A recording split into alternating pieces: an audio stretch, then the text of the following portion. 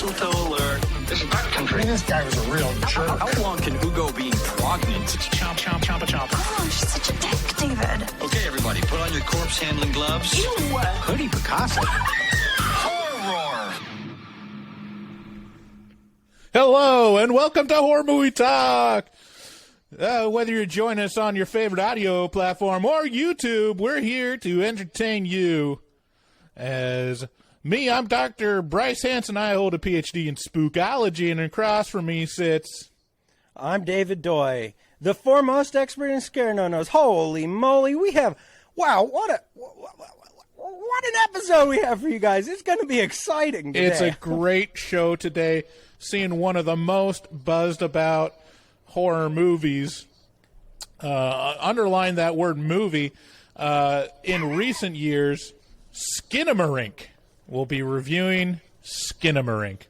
So if you haven't, go on down to YouTube and watch us on YouTube, because that's where you'll get the full experience of this episode. And if you're new to the show, you should know that we have a website called horrormovietalk.com. There you'll find links to all of our stuff, and especially a link to our Patreon. Please, I should probably have pulled this up. Got a couple new members on our Patreon that we want to thank for their support. On our Patreon, you get access to patron-exclusive content like our Afterpod, where we discuss, what's going on in our lives. But thanks to Jackson K, Grant B, Alyssa, and others. And more. For joining our Patreon. Go check that out and see all the different perks you can get. We post new episodes every... It is Wednesday, my dudes. Every Wednesday. If you want to call and leave us a voicemail, if you have any questions about the production or, just the concept of Horror Movie Talk or our opinions on things, give us a call at 682-253-4468. We start out every episode by giving a brief synopsis and review. We score the movie on a scale of 1 to 10. The movie. 1 being a miserable judge, where it makes you angry that you watched it. 5 being an average film that hits all the expected marks, and 10 being so good it transcends genre boundaries. After we give our score, we'll get into spoilers and take a deeper dive about what we liked and hated about the film. And in the case of Skinamarink, we're going low effort on this episode for no apparent reason. But really what we got going on here is the scariest possible scenario. In angles, we're really pulling it all in here. We're really... We have all the gradients from light to dark. Also, some active grain in our shots here on YouTube. I don't love this concept. I got to tell you, I didn't like it the first time I saw it. I don't love it now. But I'm told it's what the kids want. The kids love Skinamarink, David. Dude, I'm just trying to give them what they want. Something happened. Let's get into this. What's the synopsis for this bad boy? Well, okay. I guess the joke is old. I guess I'll just change cameras just a second. Okay. There we go. Oh, okay, thank so you. we went to see Skinamarink, and it wasn't a movie. So, don't see it if you want to see a movie, because that's not what it is at all. Oh, well, wait. What is it? If not a movie, what?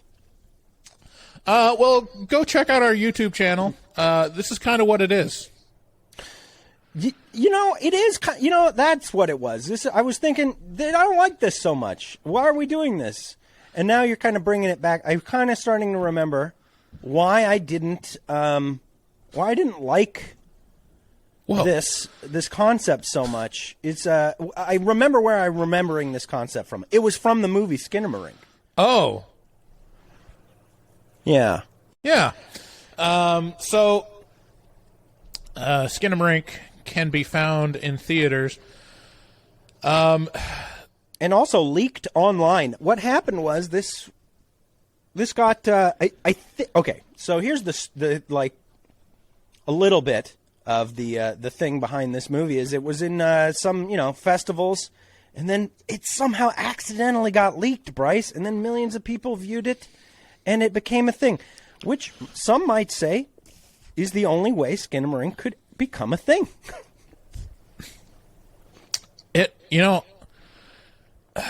It's almost as if somebody realized the strength of the thing they produced and then found a workaround to make it into a big thing. Right. Yeah. And now we are ponying on to that. Mm-hmm. This is a leaked episode. This is a leaked episode of Horror Movie Talk. This is a bootleg episode. Okay, so let's give the synopsis and review. So I'm just going to go ahead and quote IMDb, their synopsis, because I think that's a really good starting point.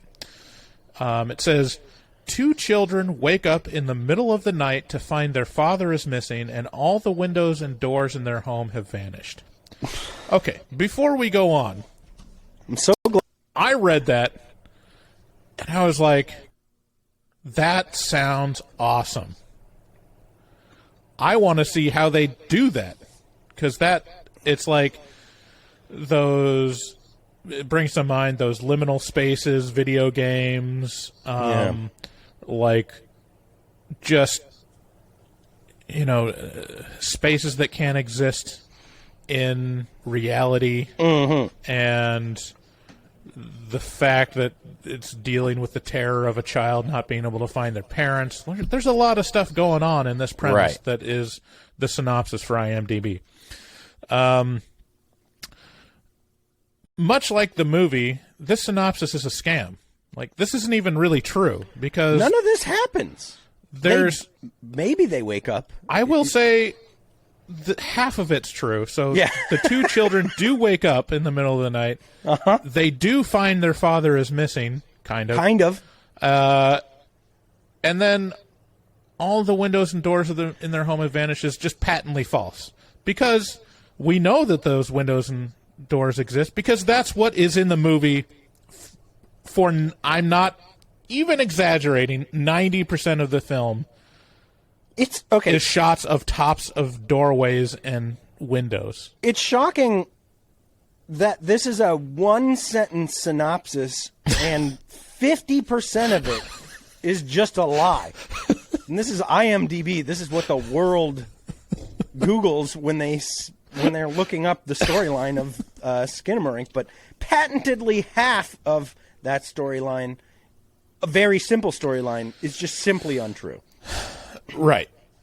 So a more accurate description of Skinamarink is shots of nothing with no narrative and the occasional jump scare to scam you into thinking it's something. There are 2 children, but to say the movie is about them is to say The Shining is about the twins. They're there for the same purpose as everything else in the film, to be vaguely creepy, and in their case, to be the victims, and kind of a source of innocence and, something to prey upon. Right. As the runtime drags on, the audience realizes that there is a nefarious presence behind everything, pulling the strings with evil intent that's never fully explained. And that presence is the director. I get what this is. It's challenging. It's an art film that plays with emotions and expectations in a way that it is undeniably uncomfortable and creepy. Yeah. Like, I want to give it its due. It hides behind that, so it's... Oh, God. It hides behind that so much. So it's just so... This is so annoying because anybody who loves this film is just gonna go, you just didn't get it. you just didn't get it. No, I get it. It's very, very plainly visible for even the lowest IQ participant in this movie will say, oh, okay, they're going for like an art piece. Right. But it's just hiding behind that. It's the most the Emperor lost his clothes situation I have ever seen. Ever. And everybody's just going to stand there and be like, oh, it's a masterpiece. And when it's just not, I mean, you could accomplish the same thing in an art gallery with a bunch of still pictures. It's not a movie. It doesn't do the things that a movie needs to do because that's what movies are. Here's the thing. When I say this is an art film, I mean that like literally. Like if you have you ever gone to like a museum of modern art, David? I was just at one the other week. Have you ever seen? Are they ever showing videos or showing like a film in those? Sure. Yeah. Sometimes they'll have like there's all kinds of different. I mean, it's a bunch of conceptual stuff, right? It's right. Almost, like art is some big conceptual thing. Right. So right. This is like one of those videos that's in a modern art museum to where you're not supposed to watch the full thing. It's not like when you sit down in a museum and it like gives like a documentary, on Mount St. Helens or something, and it runs repeatedly over and over again, where you come in halfway and you're like, well, I'll just sit until I get to the point that. No, like an art museum film will just have, like an eyeball or, liquid leaking onto something.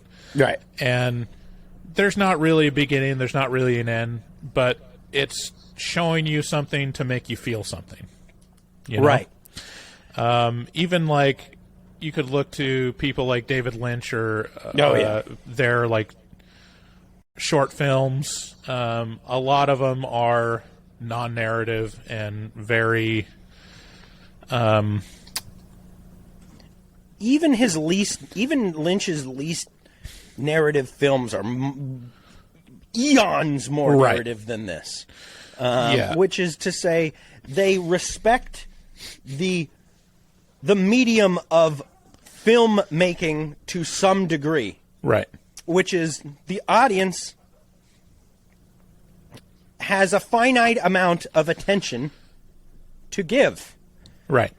And you need to keep them there. Now, that's not to say that this has clearly worked on many people. This is enough for listen, if you love Skinamarink, fucking good on you, bro. Like, I'm very happy that you were able to get something out of this. And I'd be lying if I said that there weren't parts in this that were bone-chilling to me. Like, I was creeped out, for sure, in a few parts of this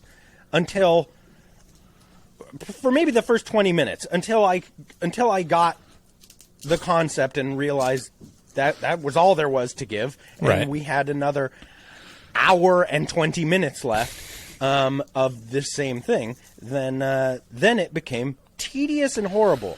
But if it worked for you, fucking great.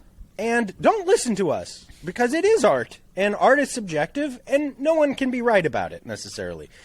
But we're here to tell those of you who sometimes agree with our opinions, our opinion, because for some reason you respect our opinion. So there it is. Yeah.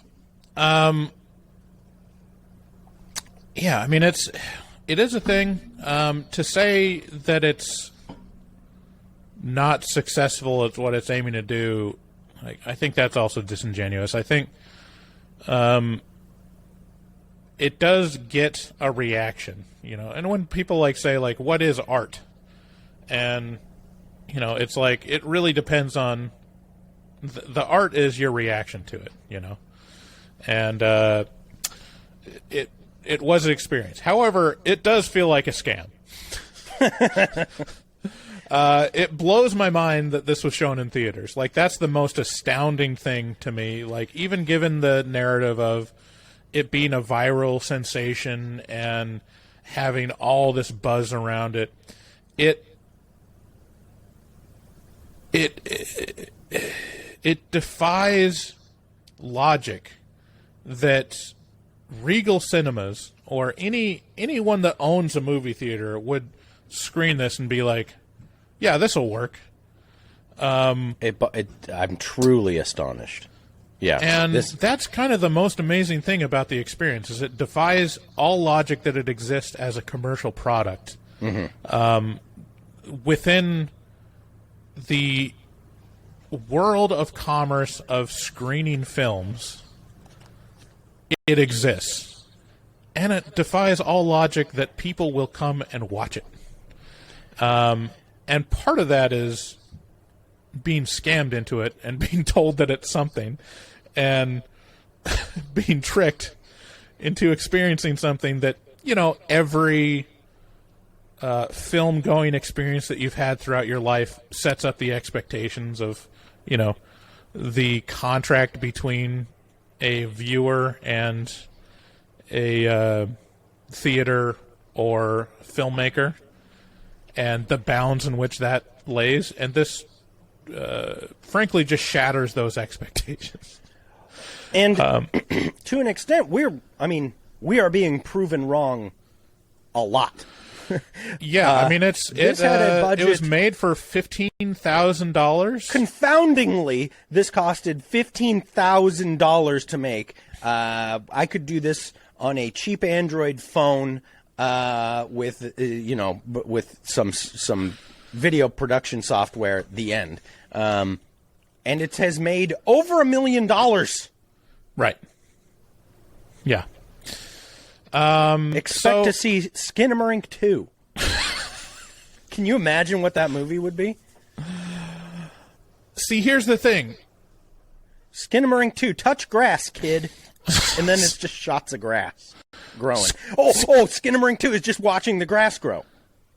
Skinamarink 2, see, that's the thing where they could go with it, which they could make an actual, more narrative movie and have it be the most Lynchian, weird, Eraserhead type shit. But have it anything in terms of narrative added or explanation added in a sequel would be this is amazing because you've set up the expectation of nothing, and it would feel like you'd have a bunch of Skinamarink purists be like, Right. I thought it did too much. It's trying too hard. So overall, my takeaway, and I have to weigh between the art house lover and the delight that I would I get from someone being ballsy enough to do this, and the enjoyment, or the I can't say enjoyment, but the experience of watching this film was very unique. Probably one of the most unique theater going experiences I've ever had. This will be up there with Blair Witch. You went to see this in theaters, huh? Or Jackass. Seeing that in a theater is such a notable experience that nothing else you'll see in theater will be like it. In terms of your setup and the what you're expecting going in and what you're given. I take that all into account, and the bottom line for me is that this film makes me angry. I was angry that it's considered a movie. I was angry at how cheap the gimmicks were. I was angry that it was still somehow effective. I was angry that it worked on me. Yeah. In times. I was impressed. Mostly I was just angry that I watched it. That's what I come away with. And yeah, I noticed you were angry because the first thing you said was, "What did you do to me? Why did you do this to me, David?" I was like, "I didn't do this to you. I just told you about the movie." This is one of those where sometimes what'll happen with David and me is that, like, I'm not, like, super deep into the, like, every film that's talked about in the horror rings. And, like, I just look at what's coming up on Fandango, you know? Like, what have I seen trailers for? What's coming up? Like, what in general are the major studio releases coming out? And because it's like an ocean. Like, even if you just opened up yourself every week to be like, hey, let's assess what we should cover that came out new on every streaming platform and theaters and whatever. And it's like, no, there's like 50 horror movies coming out every day on Amazon that are, you know, independent releases or whatever. So every once in a while, David will be like, hey, there's a lot of buzz around this movie that I've never heard of in my life, and I've never seen anyone on our Facebook mention it or anything. And it's almost always, it's like, it's on Shudder. And, like, I think you've always been a bigger fan of Shudder as the actual streaming platform than I have. Like, I don't know. I think to a certain extent I let commerce guide me to, like, is this worth my time? Well, then you have been guided correctly. Right. So, and yeah, it happens every once in a while where I'm like, I've never heard of this movie. Like, I've never seen a considerable amount of people talking about it, and I don't know if I'm just blind to it or if I'm just not talking to the same people or something. But this will definitely be the one I go back to and be like, I'm not going to get Skinamarink again. I'm going to trust my gut. I mean, well, that's a silly thing. I think that's you're unable to see through your anger right now, because it is what people are I mean, all you have to do is look at our DMs and look at all the DMs that are like, have you seen Skinamarink? There's like 4 or 5 people that have asked us specifically, are you going to cover Skinamarink? And so, it's what the people want, and I hope you do get Skinamarinked again, because we want to do what people want to hear about. So, I mean, and that does sometimes mean that you're going to watch a movie you don't like. You're a movie reviewer. I know. Well, yeah. Like, I get it. I get that it wasn't cool of me to blame you, but I was angry and I had to blame someone. You're still angry. I'm still angry. I'm calmer than you are.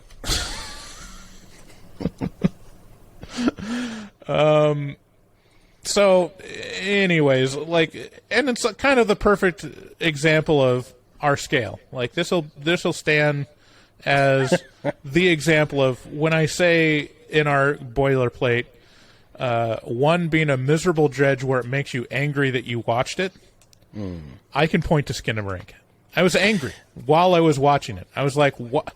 I was going to say. I was like, God damn it. Like, let's compare this against some of our other very disliked movies. So, like, Bryce really, truly despised Tetsuo the Iron Man. Right. Compares Tetsuo to Skinamarink. Tetsuo was basically Citizen Kane compared to Skinamarink. See, it's a logarithmic thing that happens where like a Tetsuo for Bryce can be a 1 and Skinamarink is like a .0000001. Right. Tetsuo the Iron Man is like does so much compared to Skinamarink. But it's not scary, strangely enough. So like Skinamarink kind of is. Let me look at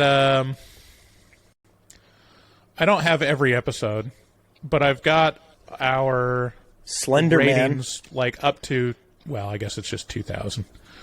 Wait, do I have 2000 and 2001. Let me go over what our lowest scores are. Okay. Yeah, I give this a 1 for sure. Like, this is, and my reasoning for that is it's not. Look, it would be fine as something else, but a full feature length film, an hour and 40 minutes of the same thing over and over and over and over and over and over and over again is just never ending. It feels like 10,000 years. And if that's the purpose of it, great, you accomplished it, but I hate it.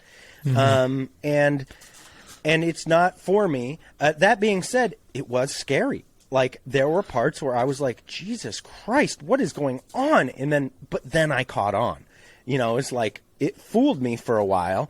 And that's part of what being scared is, is like, what's happening? Where are we going? What's going to happen? But it does never progress past that, really. And so it's just mundane and tedious. And it is a vibe, as the kids say. Yeah. And I have no room for this vibe anymore. So that's why it's a 1 for me. What are our other Okay, so here's the other notable ones. In 2020, we only had one. And that was Rats. Oh, Rats is a fucking is a masterpiece compared to this. Right. And then in 2021 we had a couple that you scored 1. Well, I don't know. You didn't even see Anna and the Apocalypse. So that was that must have been the guest host score. Kate. But you gave the Ginger Dead Man a 1. Or Emma, I guess. The Ginger Dead Man. Wow, I would have loved to see the Ginger Dead Man. Right. And I gave the number 23 a 1. Yeah, it was bad too. Yeah. Oh boy, actually, the number 23. Is the number 23 worse than Skinamarink? It's not worse. It's definitely better than Skinamarink, but of all the ones you've named so far, it's the closest to me being angry about it. It's so bad. Yeah. So I mean that's what we're dealing with. And to put it on that scale of like when you're like scoring a movie film, a film again, deal. It's logarithmic. Like this doesn't even compare. And so yeah, anyways. Horrifying. It'll make you feel things, just not the things that you want or expect. The things that you want and expect are things that will delight you. Things like T-shirts from nightchannels.com. No? Okay, well, things like our Patreon. Yeah. Patreon.com/horrormovietalk. Thing you should know is that if you're listening to commercials like this, or like the ones inserted into our feed, you should know you don't have to. If you go to patreon.com and sign up to be a patron at a certain level, you'll get early access to our episodes as soon as we finish editing them, and you get no ads. No ads, baby. Yeah, lots of extras. Yeah, you should check out horrormovietalk.com/shop. We've got a couple tees. David, you want to show the logo, the T-shirt you're wearing? It's it's boy, it's hard to get it in this camera angle. But no. Oh, hey, if you guys haven't looked at our YouTube channel, we have a 1,000 subscriber bash video up, and it's just fabulous. It's very exciting. So go check that out too. Yeah, between that video and this video, you'll see just the possibilities are endless with YouTube. A chasm of difference. We want to thank our resident artist, Dustin Goebel, for providing the artwork every week for our episodes. He takes commissions from you if you contact him on Instagram at dgoebel00. That's at DGOEBEL00. Contact him, and several of our listeners have contacted him and got pretty awesome commissions. If you want to call and leave us a voicemail, if you have any questions, call us at 682-253-4468. Thanks again for listening. Let's get into spoilers.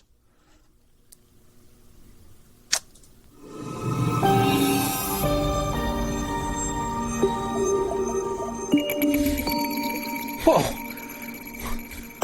Jesus Christ. There's a lot going right, on over back. there. It was rattling. That was the jump scare of the episode. Huh? I'm just barely hanging in here. So, what else is there to say about Skinamarink? Let's spoil this movie, Dave. There was something that really drew me out of this movie. It said it took place in 1995 for some reason. Mm-hmm. And then it showed a bunch of Legos all over the place. Yeah, those were not 90s Legos at all. No, but there were Legos from there was one of those Lego brick separators. Uh-huh. And those weren't introduced until 2011, so I was just really pulled out. Yeah, that was bullshit. Yeah, I was like, what the fuck is this? Who's the continuity expert in this fucking shit? Did someone get fired over this? I'd really... whoever was in charge of that yeah. must have a real red face right now. Yeah, by the way, any Canadians out there will know this is the truth. Hockey fans... At the beginning of the film, the back of the midnight blue Edmonton Oilers jersey is shown. But if you are any kind of anybody in the world, you'll know that the Oilers were still using their royal blue jerseys in '95. Midnight blue uniforms weren't unveiled until the following year. Mm-hmm. So, a whole year off. I sure hope someone got fired for this blunder. Yeah. I don't know what to say, but it's not good. Yeah, so this is the kind of movie that you scramble to IMDb for any information whatsoever to explain, what just happened. And it's not super helpful. How could it be? Yeah. Okay, here's the background for my viewing experience, because I think it adds to it, and it explains a little bit of my anger. So this last week, we had an all-company get-together for, several days. So from Tuesday to Thursday, basically. They flew in people from out of town, probably over a dozen people. Flew them in, and... several of my coworkers, I chat about horror movies, and at least one of them is a listener to the podcast. And since they were in town, I was like, "Hey, I got to go see this movie." No way. After work, I was like, "If anyone wants to go with me to see this movie, oh my god, you're invited." I am see it at mortified. 7:30 at Fox Tower in I am Portland. Mortified. And no. Out of the 3 or 4 people that I would be actually people that I think would be interested in it, they decided not to come. Oh. And thank God. As I was watching this movie, I'm already very self-conscious and very feel very awkward around people. It was not a great experience for me this week, just because I was so in my head and introverted and being forced into these situations where there's just a lot of people and a lot of socializing. Wow. Are we seeing your descent into agoraphobia? It's fully accomplished. I'm pretty much an agoraphobe now, and it's even more pronounced now that I've gone into the office this week. Wow. But the fact that no one went, I was like, I'm so glad. I'm so glad that no one went to that. Can you imagine? Okay. I couldn't even keep my mouth shut to listen to your fucking story. I was so fucking mortified. The thought of somebody from your work coming with you to see this absolute abject travesty of an attempt at a movie, to pay for it.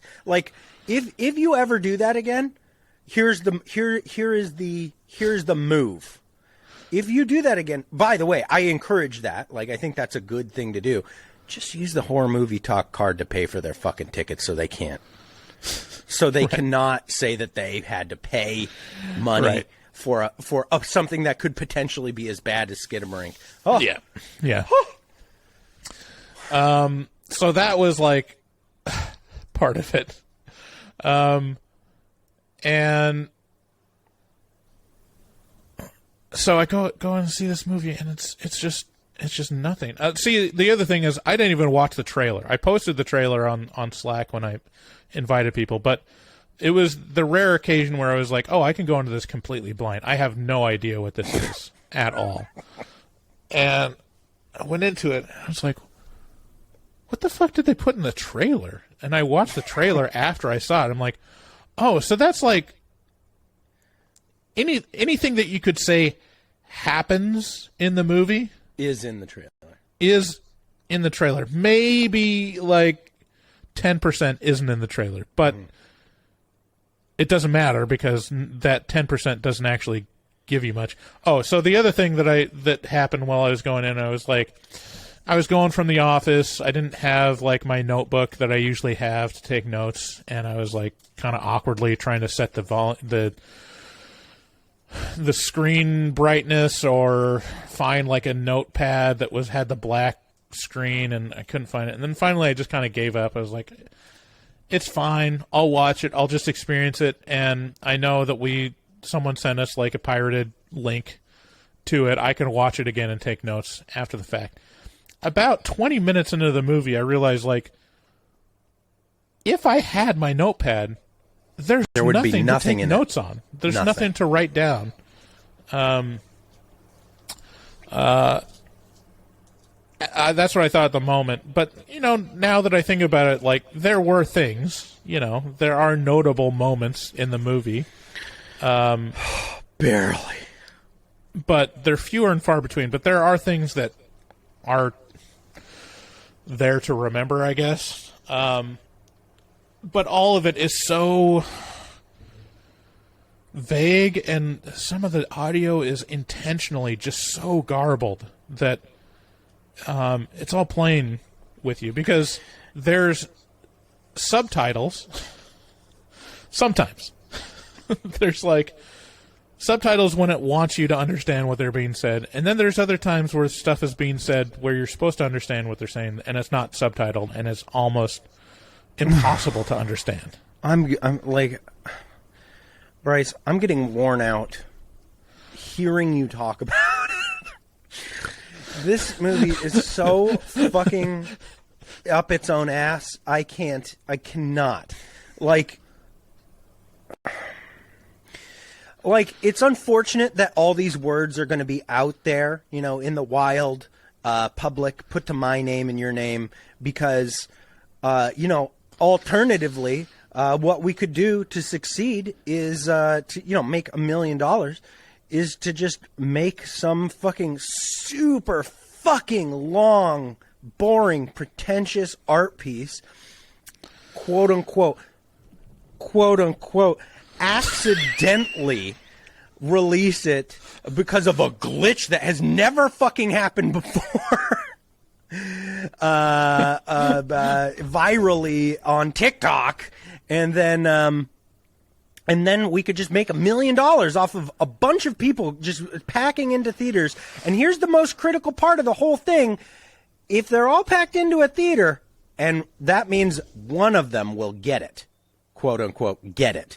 And then the others will be too afraid to say, I don't get it. Because they'll be like, the one person who, quote unquote, got it will be like, oh, you just didn't get it. And it's like, no, it's just a shitty version of the thing that anybody's trying. I don't know.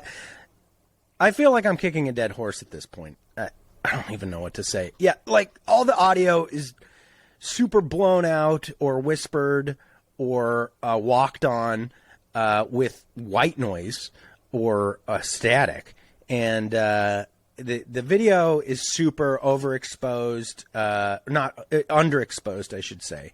And the sharpness is turned way up, so that you get lots of grain, and then there's a grain effect thrown over top of it. And now there it is. You've seen, and then there's pictures of the corners of walls and doors, and upside down photos of kids. I don't know. Yeah. So the movie, I want to stress this. 90% of the shots are of the tops of walls transitioning into ceilings, or the tops of like door frames or window frames. Like, no one is shown full on ever. There's only like really, I don't know, a total of 5 characters in the full movie, and you don't see any of them. Like, yeah, you kind of see them. I mean, it's just, we're just splitting hairs now. You know, it's like, I guess. Like, you never... Do you ever see the kids' faces? I don't think you do. I don't think you do. You kind of see the mom's face in a weird shot. There's a lot of people who are likening this to, like, an abusive dad, which is weird because there's one part in the movie where the kids say, I don't want to talk about mom, which might, I guess now that I'm thinking about it, which I took to mean mom is mean to us, but now I guess some unfortunate thing maybe dad did to mom made it so that she's not so great anymore. I don't know. It's so vague. Yeah, it's there's very, very much nothing to latch onto. It relies on insinuation. The Right. entire movie is insinuation of malice or dread. And Yeah. and it's effective to the degree that can be ineffective on its own with nothing else. But it is only that. There is no story. There is only vague insinuations to what might have happened or is happening. Yeah. I'm going to just go ahead and straight up steal this from Reddit. So there's this Reddit user, mharrisGGG, that wrote in the horror subreddit comments about Skinamarink. And this is probably the best like take or summary of the movie. So Skinamarink is not interested in telling a story or holding a cohesive narrative. Instead, the film is set out to create a mood. That is what it's like to be alone at home at night as a child, put to screen. It did a very good job of capturing that feeling. Yeah. It's debatable. He says, this is an experimental horror film, and filmmaking taken to an extreme. The cinematography stretches the limits of what a watchable film is. Camera angles are intentionally disorienting. Shots are more interested in the corner of a room than what's going on in the room. You never get a good look at any of the characters. At best, you see their feet or a glimpse them from behind. The audio is heavy with static and distortion. Lines are predominantly whispers or otherwise garbled and only occasionally subtitled. There are long stretches where you're watching literally nothing. And I don't mean nothing happening. I mean actually nothing. Boiled down to its most... almost like something that any other movie would just literally cut out. Right. Yeah, boiled down to its most basic, the story centers around 2 children, Kaylee and Kevin, that wake up one night after Kevin has a nasty tumble down the stairs, which leaves open the rest of the film to interpretation as to if any of it's real or not, to find their father missing and the doors and walls vanishing from their home. Also, he's false. Wrong on that. Like, the walls and doors are still there. The only thing that's of one door disappearing disappears. There's a door or a window. There's a couple times where it like does a cheesy 70s sound effect where it's like boing, and like the door is gone. What, I mean, or the toilet disappears, you know, and it's jarring, but it's also nonsensical. Okay, but then anything entertaining in this movie was stolen from a cartoon. Literally. Right. Like, you couldn't put this movie on YouTube because it's all just copyright infringement. No, it's Public domain because it's public so domain. old. Yeah. They use cartoons that are so old that they're literally public domain now. Yeah. And that's the entertainment within this movie. Is just backing audio and visual tracks of insanely old cartoons that Right. add an eerie atmosphere. Yeah. And I don't know. as things eventually unfold, it takes its time to really start. It becomes clear that this house has been taken over by a malevolent and powerful entity. Just hearing this thing talk and interact with the children is haunting, especially if you allow yourself to get lost in the atmosphere. There's a near constant building of tension with very few releases. There are several jump scares, but they feel earned and are effective, if a bit on the loud side. There's one scene where the daughter, Kaylee, goes up to the parents' room that is a big standout. A few other small moments really worked for me, too. The use of old public domain cartoons made up most of the background, was effective. The narrative as I said, clearly not focused, though the film does kind of meander into an abrupt conclusion that will probably leave a lot of people unsatisfied. So, I think there's only really two super notable moments, which is when Kaylee goes upstairs to see, to check on, like, mom and dad, and this is, like, at the midpoint of the film. Like, we're, like, 40 minutes into seeing the tops of doorways and hearing whispered voices of kids of just, like, where'd the doorway go? Or, like, where's Dad? And Kaylee goes upstairs. Dad is sitting on the bed, facing away, and then Dad is really creepy and asking the kid to look underneath the bed, which is in retrospect feels like probably the ultimate troll moment of the film, because it's like, I know. Oh, you're going to look under the bed, and it's literally just darkness and nothing. Like, nothing happens.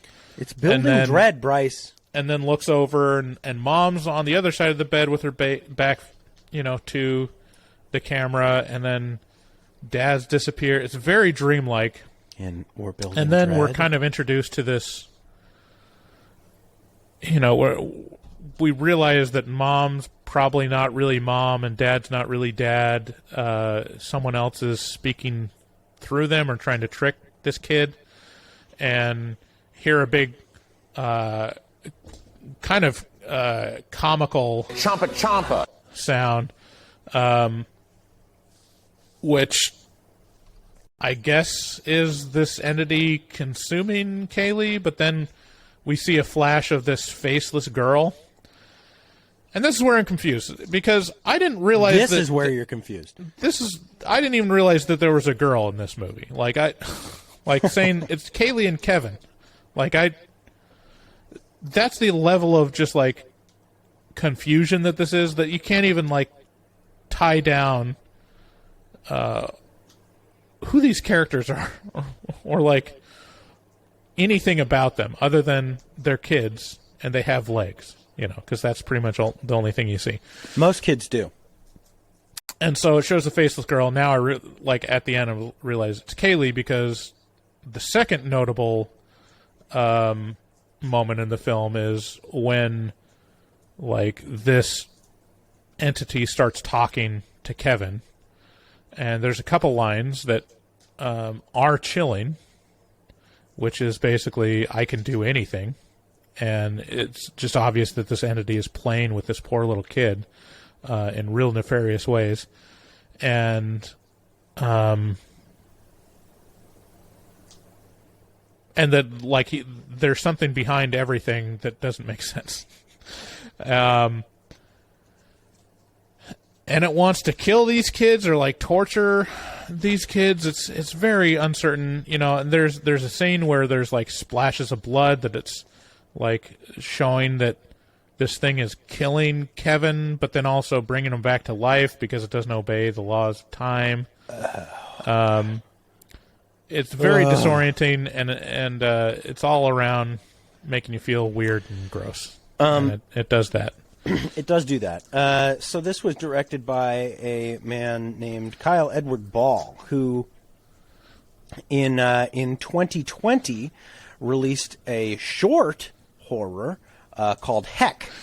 And the synopsis for that is, a little kid wakes up in the middle of the night to the sound of his mom's television blaring. So, I mean, a lot of already we got just as many parallels as you can have with a movie. This is it. So this Skinamarink is 2 years after that and is obviously a full feature-length film. And but the interesting thing that I found about this, and the reason that I'm bringing it up, is something that you've heard both of us say at some point in the past. One of the top review on IMDb for Heck goes as follows. It is titled "Deeply Frightening Experience." And then it goes on to say, I've watched this movie and Skinamarink in 2 nights and should admit that Heck is much better at creating an atmosphere of fear and terror. In Heck, we see a scared child in complete loneliness who tries to do the best he can to find his mom, while children in Skinamarink are difficult to empathize with because no emotional component is there. Scares in Heck are much more strong and deep than in Skinamarink because Skinamarink is just pretty standard jump scares. And in Heck, we feel existential, visceral fear for the child because the dialogue and actions are incredibly... they do well in delivering the dread and helplessness of the child. It goes on to say, I think Kyle Edward Ball is very inspired by the works of David Lynch. Yeah, obviously. That poor visible space and objects using sound to create unsettling atmosphere, frightening abstractions that hide a dark meaning. Yeah. So, but all this to say, number one, it would be much better as a short because there's just not 140 minutes of, or an hour and 40 minutes of content here. There just isn't. And then also, it's all to the end to the effort. All the effort in this movie is to create an atmosphere, and it does that. But to what end? And some people like it, so I guess to that end. Some people don't, and it's something, and it gives everyone something to talk about, which is all you can really ask of art, I suppose. It's just not a lot of meat on these bones. Like the least amount of this is just a skeleton that has been picked raw. There is nothing here. Yeah. For me, I will say, like, the thing that it was doing, like, in terms of the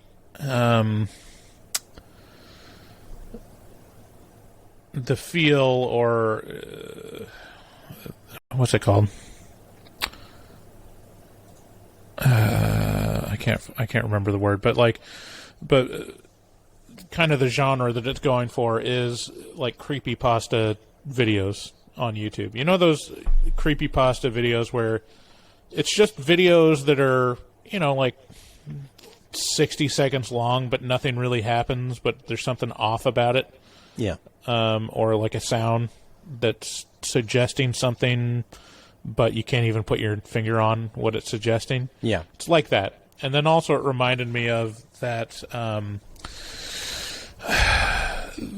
those albums that I shared with you called The Caretaker, or The Everywhere at the End of Time, stages 1 through 6, where it's very avant-garde, and like this music and video in this that I'm talking about, like, portrays the onset of dementia and its progression over time, and it uses just chaos and fuzz and all these musical or these sound effects to create confusion and play with the expectations that were set beforehand in the music piece. And that's kind of like what this movie felt like. The end stages of dementia in video form. You know? And watching it and seeing it as nothing, like, I realized that it's not nothing. So there's a lot of decisions that went into it. Like, just to being able to say, like, this is what it's going to be is impressive.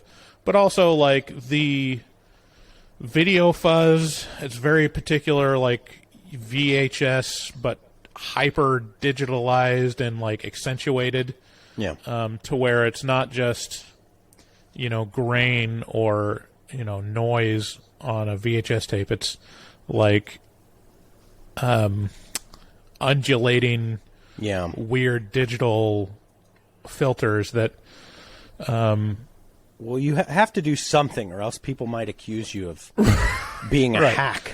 You know, and I gotta say, like, to whatever effect it is, he does use it. And because the other thing is that everything kind of blends into the other, and it is very disorienting because at different times with this fuzz and the darkness and the exposure, like, it can make colors blend into each other to where it's disorienting of you don't even know what you're looking at. Yeah. And the final shot of the movie is of this entity, and it's just a really, really vague, fuzzy memory of a face Yeah. that you kind of see through the static.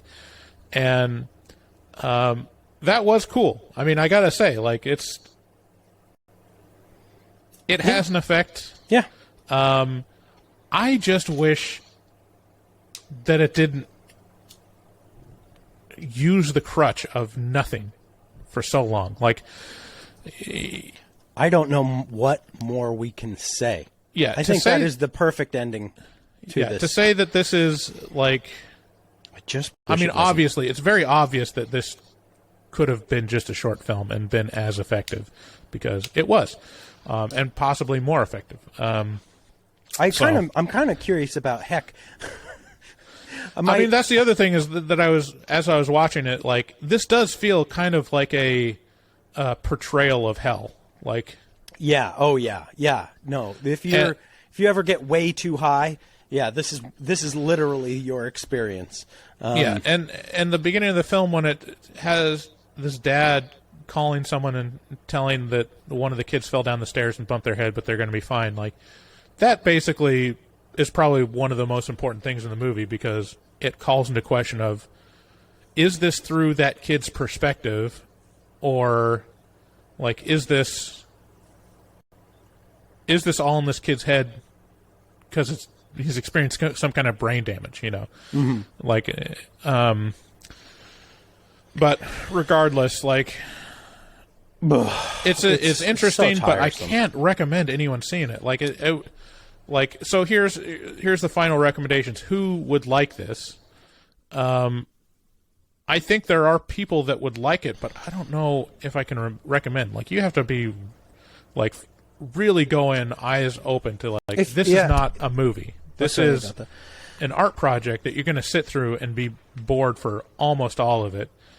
Yeah, if you've seen everything, and you're just looking for something that's on the bleeding edge, some might argue this is that. I wouldn't.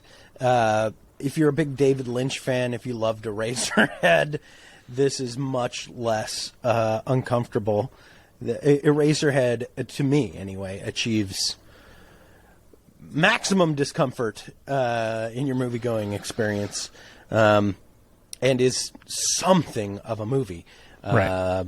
Things happen. And things happen to a lesser degree in this. So if that sounds like a good time to you, then I'm surprised you've made it this far, because you probably like, these guys are so dumb. Why don't they get it? Which is it's a fair thing to say. We just have our own tastes. So right. I mean, that's the other thing that I got to say about the movie going experience. Like, this was, I was walking out, and there are these guys, early 20s, and they loved it. And the guy was saying, like, this just is a game changer. This changes everything. and then he's talking about, like, and then there was another guy, I don't know if it's the same guy because I was taking a piss and couldn't see him, but someone was talking about, like, you don't make eye contact when you pee? He's like, they don't make movies like this anymore. Like, with the grain. With the I'm grain. like, okay. This is with the grain. They're talking about two separate things: film grain and this. Like, that's what they're talking about when they say film grain. That they meant, like, like it's completely shot to shit with grain.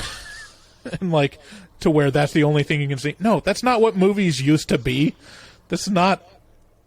It was an unintentional side effect of the media that they used to record on. It wasn't intentional and like this, you know?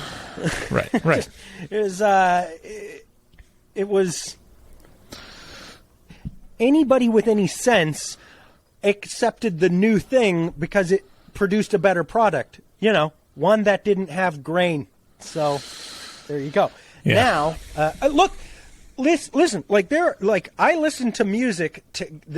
There are this in other mediums is achievable in different ways. Like you got if you listen to bands like Portal or The Body or Thou or anything like that, you get this experience in sound, and it's a better time because. Well, for me, it's a better time. Again, like for you, it might be like pushing a trash can down a flight of stairs. But nevertheless, I do appreciate this in some formats, but not as a movie for things to look at. You're supposed to be looking at things in movies. So anyway, I don't know. Yeah, there it is. There, we're done. I'm done with talking about Skinamarink. I can't kick the horse anymore. I feel like I'm taking advantage.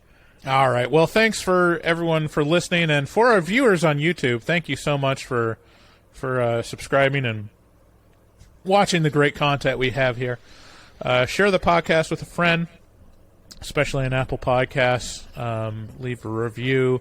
That really helps us out in the rankings for podcasts. Special thanks to our new patrons again, Jackson, Grant, and Alyssa. And to all of our existing patrons for supporting us with your sweet, sweet cash. We'll see you next time. If you got any questions, leave us a voicemail at 682-253-4468. I'm assuming we're going to get a lot of calls about Skinamarink. Anyone that sees it is going to want to talk about it. And anyone that probably sees this episode on YouTube might have an opinion about it. For some reason. We'll see you later. Love you. Bye. Bye-bye. Good day, sir. Good day, sir. You lose. Is that the way it goes? Yes, it is. Let's go through the scraggly woods. He had no face! Horror!